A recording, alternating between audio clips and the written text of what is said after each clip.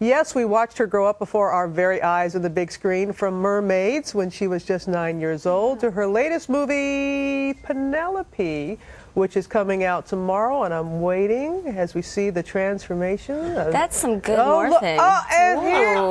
And then it gets a little scary. Just a little bit. Oh, but now we're back to normal. Christina Ricci, we love you.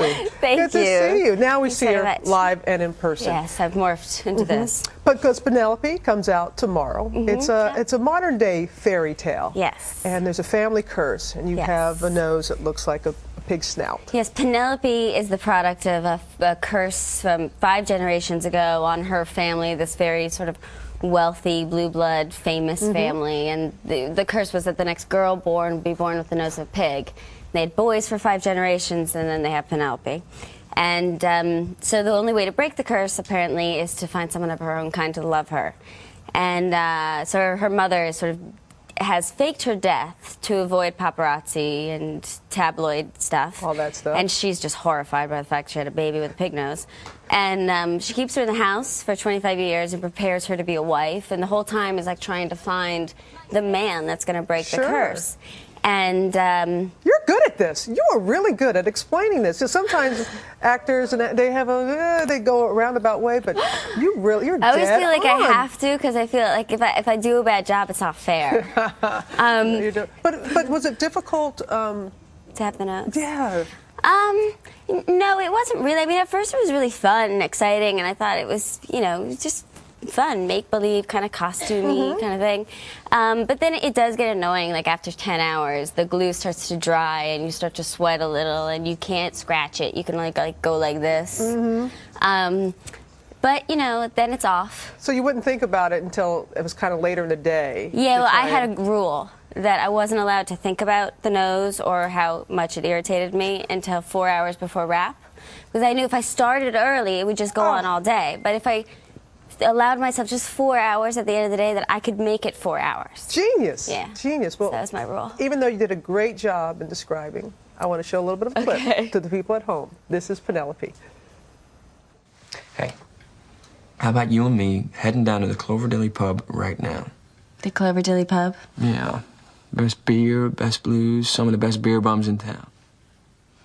Thanks. Maybe later. Penelope, come on. Eh? Come on, you gotta get out of there sometime. Right? What are you waiting for? It really is sweet. In many ways, a very sweet movie. It's a sweet story. And Reese Witherspoon, also the producer, co-starring in the movie as well. She was here a few weeks ago. What was it like working with her? It was great. It was great. Yeah. And, you know, this was her company's first production. And, you know, knowing Reese, she's just a strong person and so powerful and dedicated. And you kind of really know and are comforted when you do a movie like this that with Reese sort of at the helm, she's going to make sure that the original intention and the original sort of message in the story is maintained. And that's, for me, really a lot of why I made this movie is because of the beautiful message it has. And it must be a real comfort zone when you're working with someone like Reese, who, like you said, it's a first production company, work like that, and you know you're going to be in good hands all the way around. Yeah. And when you're not acting, you are very active, and I know that you're the national spokesperson for RAIN. Yes. Tell people what that's about and what your involvement is. Well, RAIN stands for the Rape, Abuse, Incest National Network, and it's the largest, organization of its kind. It unites rape crisis hotlines. And violence against women hotlines all over the country.